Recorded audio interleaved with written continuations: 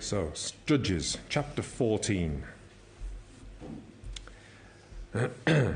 Samson went down to Timnah, and at Timnah he saw one of the daughters of the Philistines. Then he came up and told his father and mother, "I saw one of the daughters of the Philistines at Timnah. Now get her for me as my wife."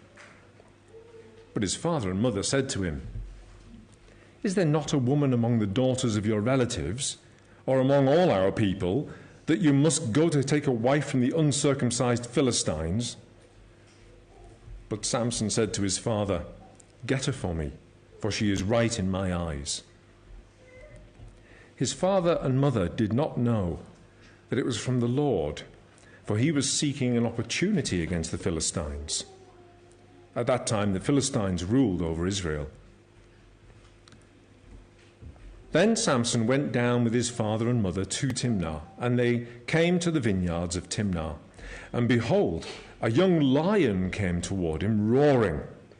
Then the Spirit of the Lord rushed upon him, and although he had nothing in his hand, he tore the lion in pieces, as one tears a young goat. But he did not tell his father or his mother what he had done. Then he went down and talked with the woman, and she was right in Samson's eyes. After some days, he returned to take her, and he turned aside to see the carcass of the lion, and behold, there was a swarm of bees in the body of the lion, and honey. He scraped it out into his hands and went on, eating as he went. And he came to his father and mother, and gave some to them, and they ate.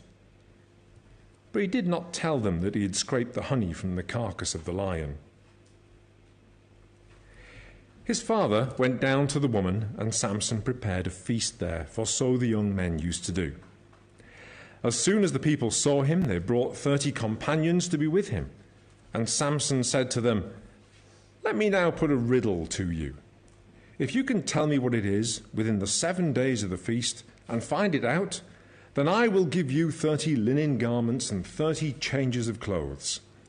But if you cannot tell me what it is, then you shall give me 30 linen garments and 30 changes of clothes." And they said to him, "Put your riddle, that we may hear it." And he said to them, "Out of the eater came something to eat. Out of the strong came something sweet." And in 3 days they could not solve the riddle. On the 4th day they said to Samson's wife, "Entice your husband to tell us what the riddle is, lest we burn you and your father's house with fire. Have you invited us here to impoverish us?" And Samson's wife wept over him and said, "You only hate me, you do not love me. You've put a riddle to my people, and you have not told me what it is."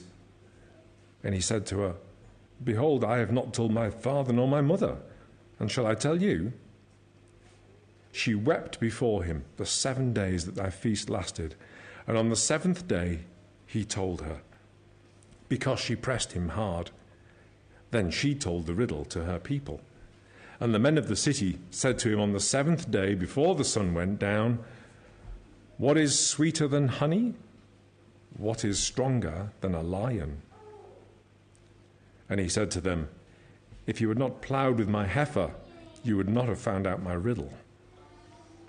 And the Spirit of the Lord rushed upon him, and he went down to Ashkelon and struck down 30 men of the town and took their spoil and gave the garments to those who had told the riddle.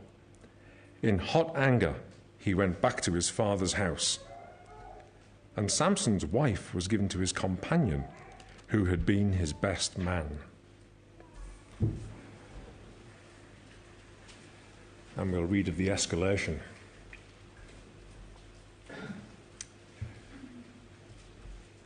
So Samson has gone home furious. After some days, at the time of wheat harvest, Samson went to visit his wife with a young goat. And he said, "I will go into my wife in the chamber." But her father would not allow him to go in. And her father said, "I really thought that you utterly hated her, so I gave her to your companion. Is not her younger sister more beautiful than she? Please take her instead." And Samson said to them, "This time I shall be innocent in regard to the Philistines when I do them harm." So Samson went and caught 300 foxes and took torches, and he turned them tail to tail and put a torch between each pair of tails. And when he had set fire to the torches, he let the foxes go into the standing grain of the Philistines, and set fire to the stacked grain and the standing grain, as well as the olive orchards. Then the Philistines said, "Who has done this?" And they said, "Samson, the son-in-law of the Timnite, because he has taken his wife and given her to his companion." And the Philistines came up and burned her and her father with fire. And Samson said to them, "If this is what you do, I swear I will be avenged on you, and after that I will quit." And he struck them hip and thigh with a great blow, and he went down and stayed in the cleft of the rock of Etam. Then the Philistines came up and encamped in Judah and made a raid on Lehi. And the men of Judah said, "Why have you come against us?" They said, "We have come up to bind Samson, to do to him what he did to us."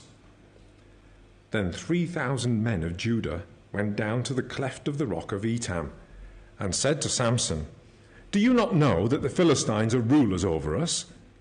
What then is this you've done to us?" And he said to them, "As they did to me, so I have done to them." And they said to him, "We have come to bind you, that we may give you into the hand of the Philistines." And Samson said to them, "Swear to me that you will not attack me yourselves." They said to him, "No, we will only bind you and give you into their hands. We will surely not kill you." So they bound him with 2 new ropes and brought him up from the rock. When he came to Lehi, the Philistines came shouting to meet him. Then the Spirit of the Lord rushed upon him, and the ropes that were on his arms became as flax that has caught fire, and his bonds melted off his hands. And he found a fresh jawbone of a donkey, and he put out his hand and took it, and with it he struck 1,000 men. And Samson said, "With the jawbone of a donkey, heaps upon heaps, with the jawbone of a donkey have I struck down 1,000 men." As soon as he'd finished speaking, he threw away the jawbone out of his hand, and that place was called Ramath Lehi. And he was very thirsty, and he called upon the Lord and said, "You have granted this great salvation by the hand of your servant. And shall I now die of thirst and fall into the hands of the uncircumcised?" And God split open the hollow place that is at Lehi, and water came out of it. And when he drank, his spirit returned, and he revived. Therefore the name of it was called En-Hakkore. It is at Lehi to this day. And he judged Israel in the days of the Philistines 20 years.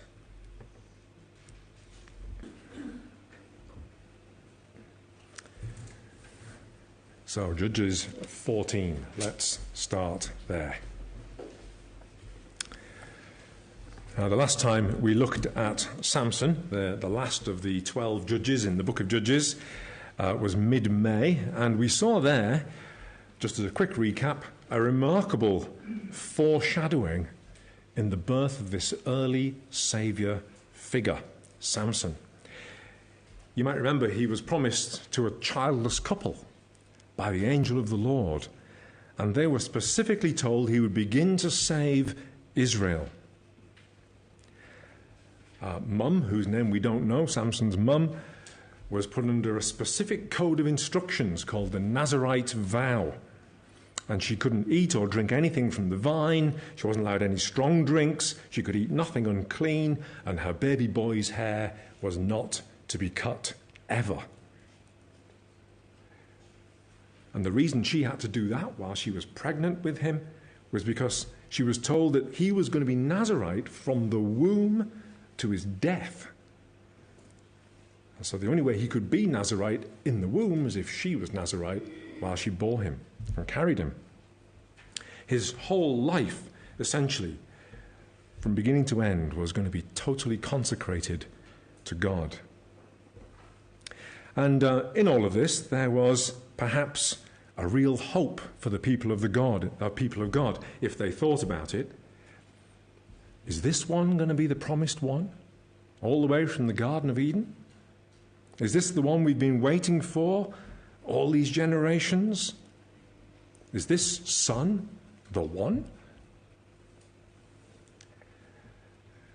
He certainly had an exceptional beginning, and perhaps it ran through the minds of those who knew Manoah and his wife.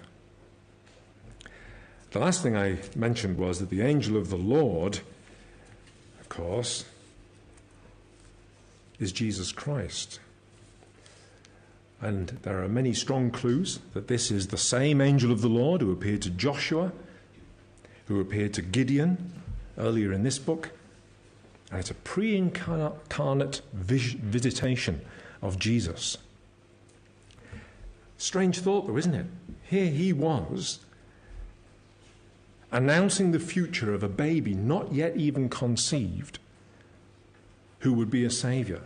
And then he himself, hundreds and hundreds of years later, would enter the world the same way and be announced by angels to a childless couple consecrated to God and be born of a woman, just the same.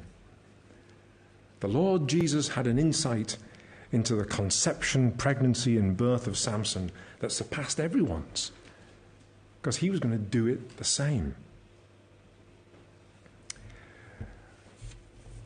Well, that's all just fertile ground, I hope, just from where we've come to now. Because Samson, of course, grew up, and we might be now about 20 years later. Maybe he's just a young man, about 20 years old.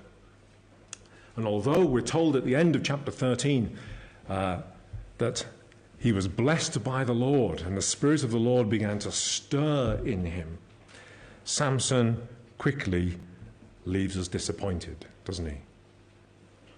Turned out he did not quite really match up to his imagined promise. And I want to tell you that these two chapters, 14 and 15, are full of secrets.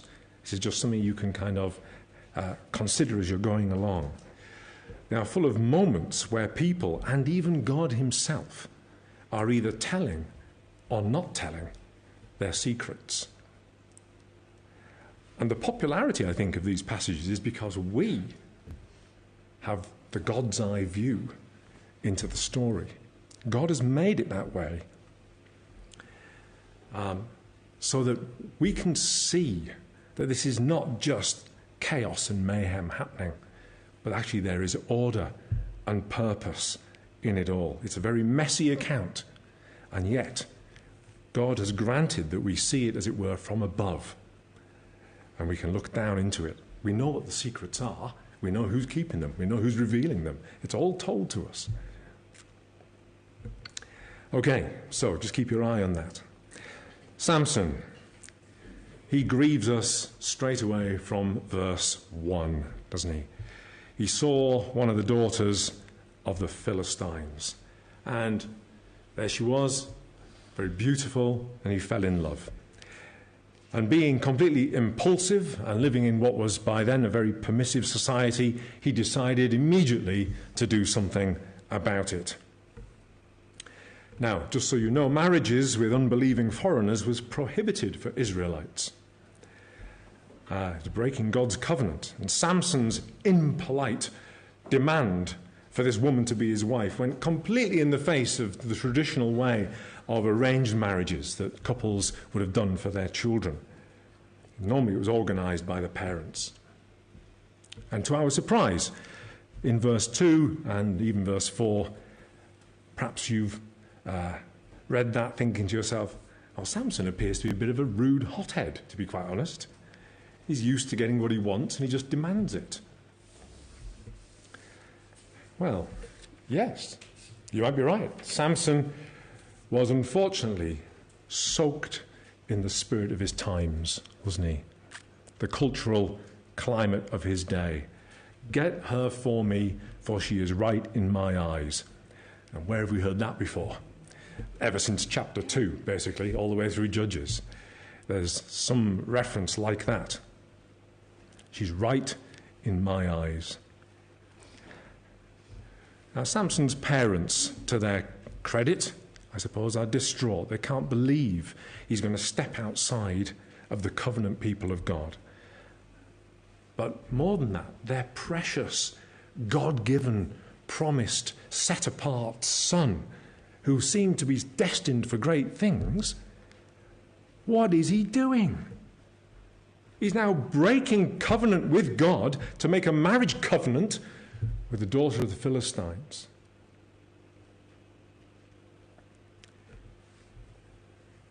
Now, just a word really to us. It doesn't take too much imagination to put ourselves in the shoes of Manoah and his wife, does it?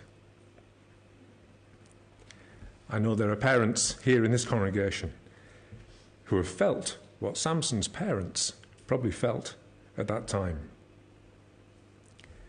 We might wonder whether they did what is still done today by Christian parents when their children decide to forge their own path. You haven't got much left, have you? Prayer, an example. Careful challenging, perhaps, in the hope that your son or daughter will think about the choices that they're making and the consequences of those choices. And it comes with heartache,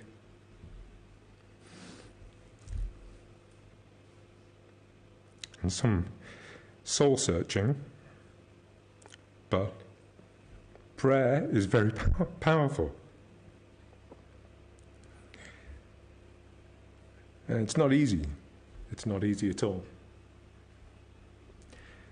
Except for the fact that when you think about it, there's plenty of us here who have been the wandering child anyway. And our parents prayed for us. And God, in his love, has demonstrated his enormous grace, hasn't he? Enormous grace. I mention all this because I hope that it's encouraging to you that the Bible addresses the full, rich tapestry of life and experience common to all of us. People in the Bible have faced what you face thousands of years beforehand. God did not abandon them then, and he will not now. And it's right here. God is a good God. He has his time for things. And he has his people have to learn things before those times. And that's really what's going on.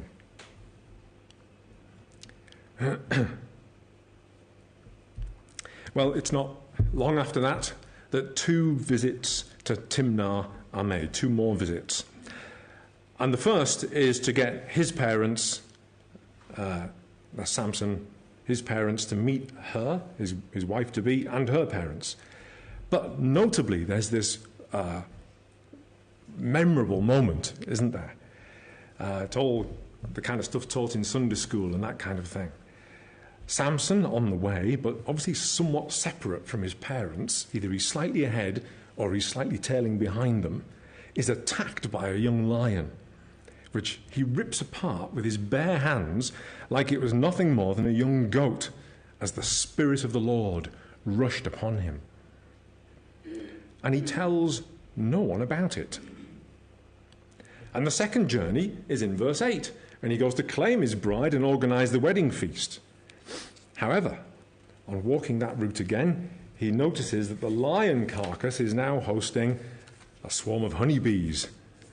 And breaking his Nazirite vow again, this time by touching a dead body, he takes some of the honeycomb to eat and shares it with his parents. And doesn't tell them where he got it from. Now, what is going on here? Why on earth is this moment captured? Why all this strange attention to these odd little details? What is this lion business really all about? I'm going to give you 3 suggestions as to what the reason for the lion is. Firstly, it's a plot device designed by God. For without the dead lion, and then later the honey from the bee's nest, we would not get the riddle.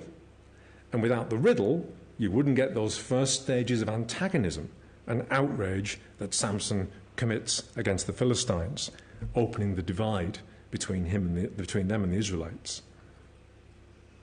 And secondly, the lion shows us that God is a God who preserves his people to do the work he has planned for them.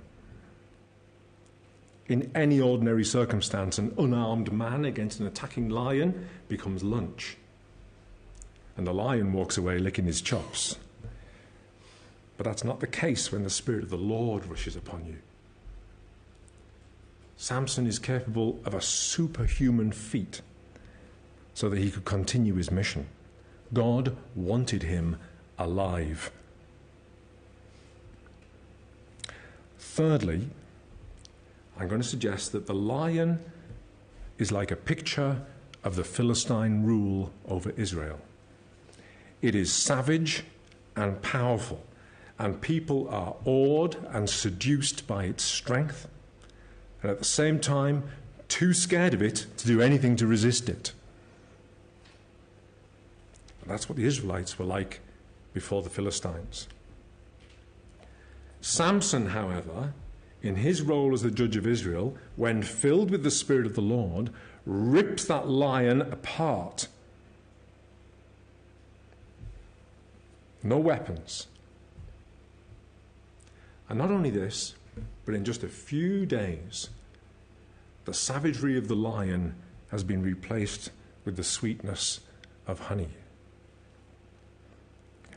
I am going to suggest to you that God is creating for us a metaphor for what he means to do.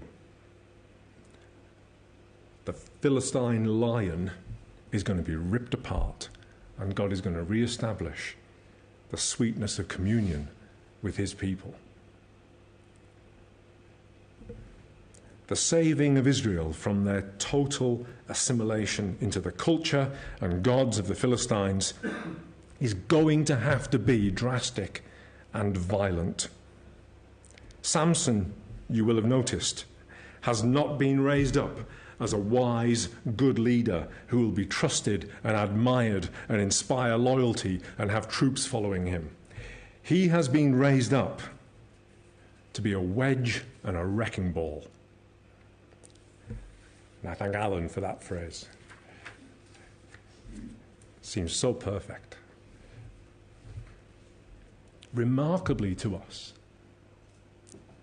strangely to us, God is going to use Samson's arrogance, his vindictiveness, his selfishness, his determination, even his sexual appetite and moral laxness to save his people Israel. He will return them to himself and destroy the Philistines in time. I wanted just to read. One commentator says, how can God use such flawed people to get his work done? Shouldn't he only work with people who are good, godly men and women? Shouldn't he only use the people who have the right kind of beliefs, go to the right kind of church and the right behavior?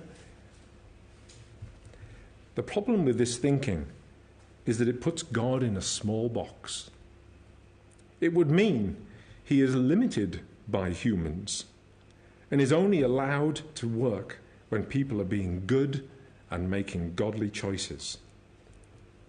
It would mean that God does not work by grace.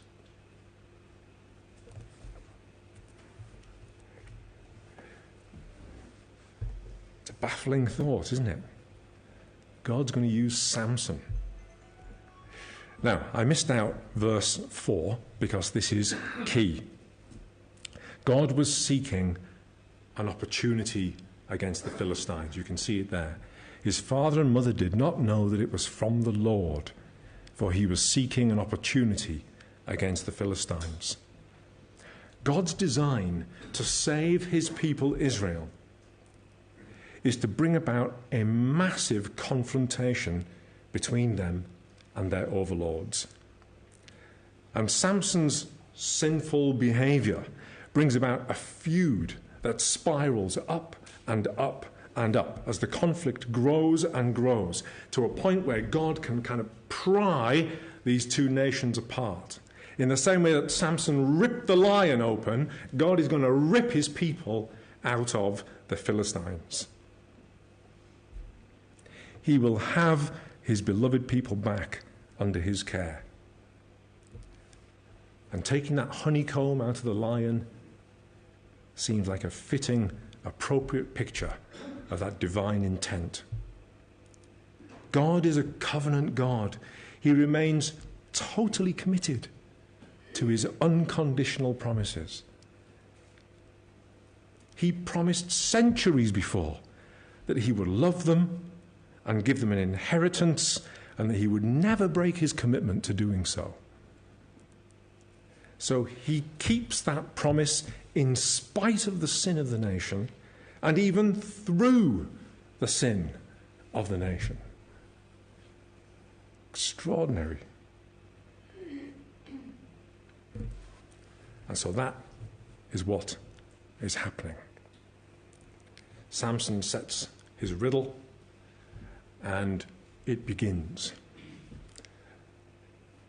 So, chapter 15 is kind of where we're up to now. I'm sorry I don't have any headings for this.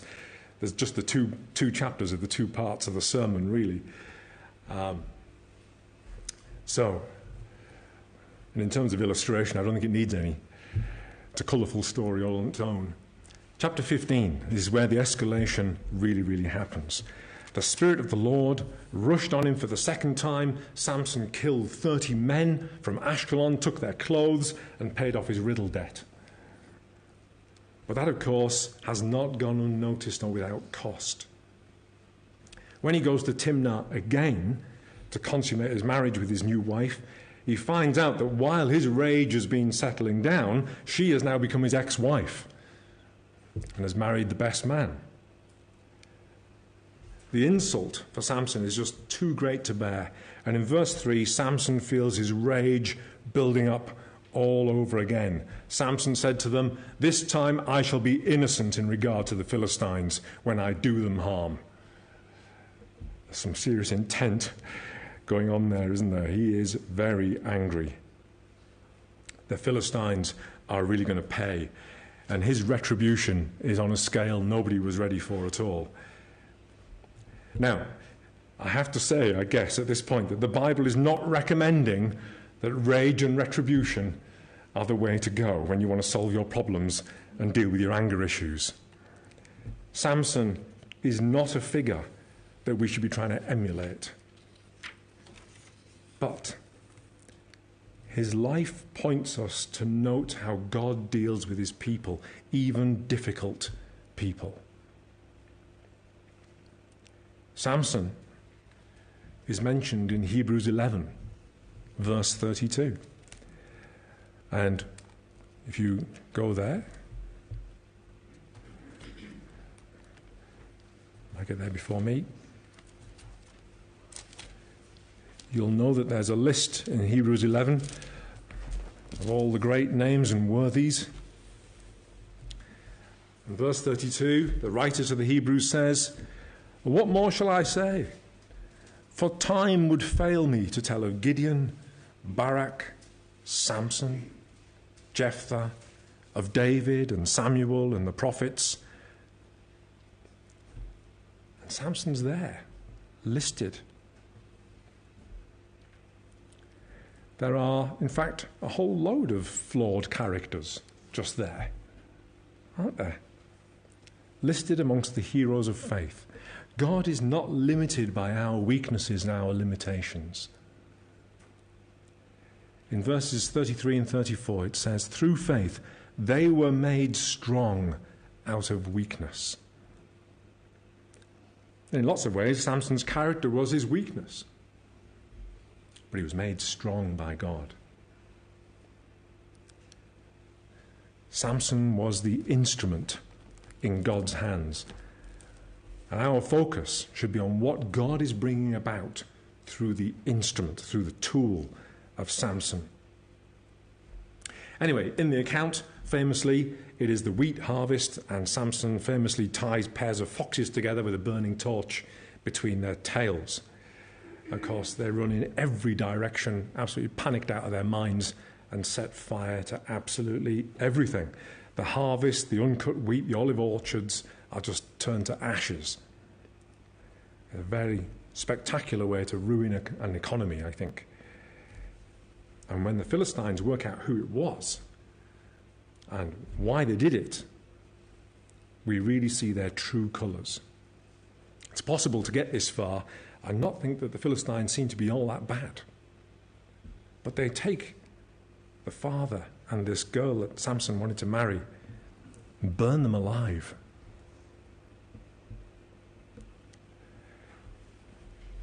So then, chapter 15 escalates even higher. The dial is turned up another notch. Samson goes and finds the perpetrators of this crime. And it just tells us he struck them hip and thigh with a great blow. Now, I've got to tell you, no commentator is really very clear on what that idiom really means.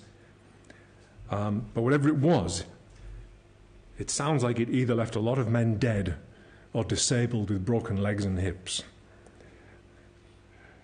Savage, really. And then, of course, it would be wrong to read this passage and leave out the last moment of violence as well. This comes from a different angle in the beginning, actually, a shocking angle. The Philistines, as you can see, conduct a raid on Lehi, and when asked why they've encamped themselves there, it's because they want to get Samson and execute him. Now, rather than recognize that their judge has single-handedly now got the Philistines on the run and that freedom beckons, the Israelites go and find Samson with a 3,000-strong delegation and explain to him that he doesn't seem to realize that the Philistines are in control. Do you not know the Philistines are rulers over us? They say. Isn't it amazing? Nobody says, I thought God was the ruler over us. Not a one. Anyway, they come to take Samson away, and they want to hand him over to the Philistines, a bit like a sort of peace offering. Oh, I know he's causing a lot of trouble. You can have him. You kill him. We're not going to kill him. You kill him. Now, they're totally unwilling, aren't they, to have their world rocked by Samson, and they choose, actually, servitude over freedom. That's what the Israelites are doing in this point in time.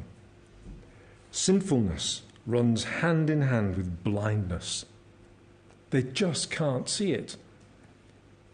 The New Testament is full of language about this, but it's only when you see it in action like this that you're amazed at how quickly people will choose darkness first. The Israelites, it turns out, wanted Samson dead just as much as the Philistines did. And they were his own people. His actions were forcing them to confront thoughts and ideas they did not want to have to think. They liked the paganism associated with the Philistines. They probably enjoyed the freedoms and license. They probably enjoyed the protection it afforded them.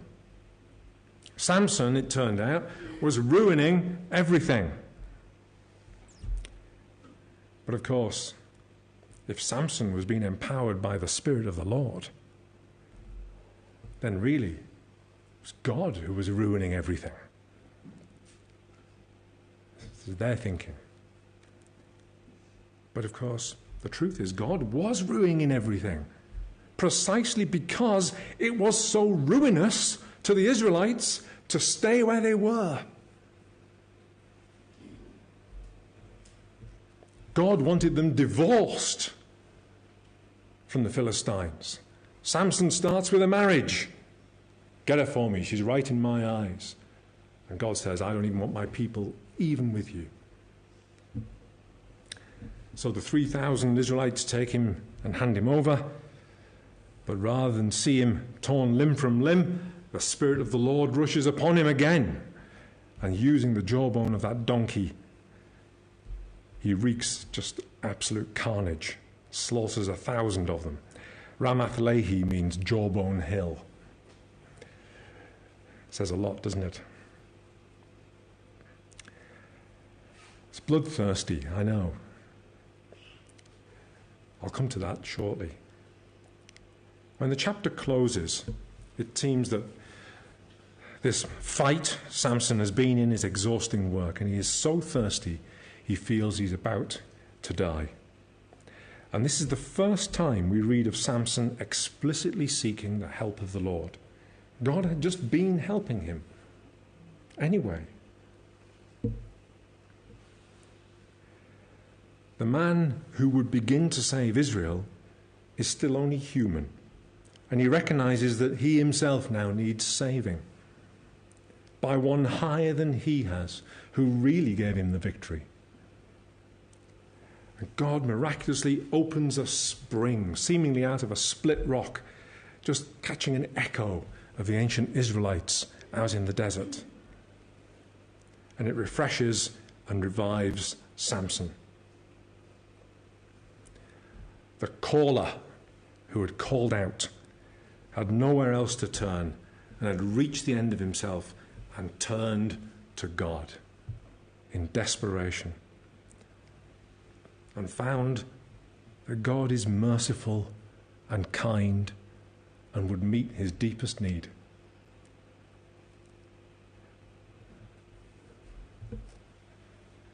Is the gospel in these scenes of violence? It is there. When the sinner finds themselves at the end of themselves, calls out to God for help, God is merciful. He comes and he saves those who are lost. Samson is a picture of that right here. So, these two chapters, we've got, I'll say it again, escalating violence upon violence upon violence upon violence again and again. Why? Because redemption is often a violent act. Redemption always costs. Always. To set the Israelites free from their slavery to everything Philistine was going to take blood. Freedom had come at a huge cost to set them free from the Egyptians, centuries and centuries before. And it was going to happen again. Here, in these two chapters in Judges, people have already paid with their lives, and there's more to come before this story ends. Samson is being used as a force of destruction to drive such a wedge between the Israelites and the Philistines that the two will never live in harmony again.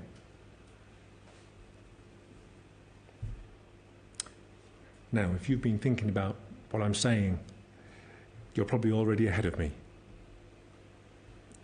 Because the ultimate picture of redemption that costs is found in Jesus Christ. And although he was fully God, he did not come as a Samson-esque wrecking ball. But he took on human form and offered himself to be the blood sacrifice that would pay the redemption fee. And his death meant that we can be set free. Not, as it turns out, from some political power or philosophy or a foreign nation, not here in the UK at the moment, but set free from sin and death itself. The natural end for humanity is to be cut off from God entirely. Our sinfulness and unrighteousness cannot coexist alongside his purity and his holiness. But Jesus died on that cross as the sin offering, and he substituted himself for us. He was cut off from God. Our natural end was taken by him. The unimaginable cost of this sacrifice was paid by the Son of God himself.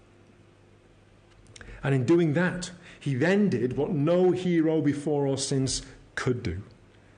3 days after his death, he rose from the dead. He proved that he had conquered death itself. He had authority over sin and death. They were subject to him.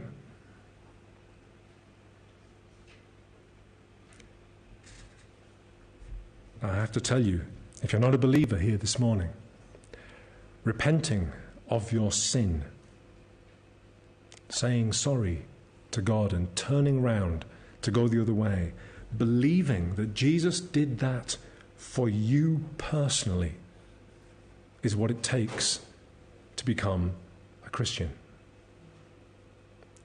Nothing more, but nothing less. God has shown us in this whole passage, if you belong to the Lord, or if you cast yourself upon his mercy, he cannot and will not let you go. Not ever. In fact, he will go so far as to smash and dismantle whatever it is in your life that stands in the way of intimacy and relationship with him. Let me remind you what the first of the 10 Commandments says.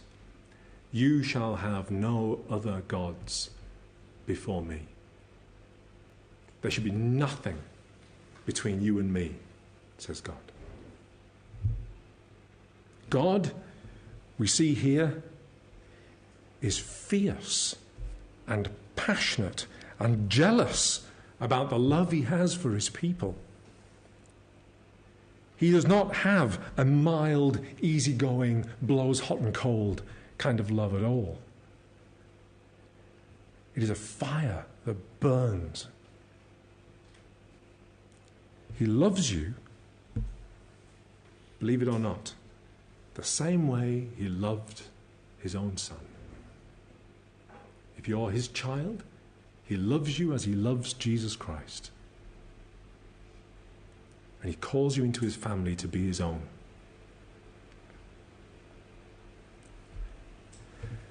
Now, we're not in Samson's situation with overlords controlling us. At least I don't think we are. Not yet. But maybe we have got things that are in the way of our relationship with God. Maybe there are things that we keep coming back to, things that we keep alive and keep going, that really ought to be broken and taken. Maybe God is waiting to drive that wedge into your life. It will be painful. It will probably be destructive in some way. You stand to lose something, to gain something far, far, far greater.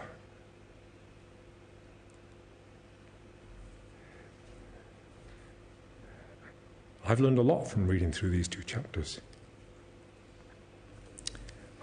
I hope and pray that it speaks to you the same way. Amen.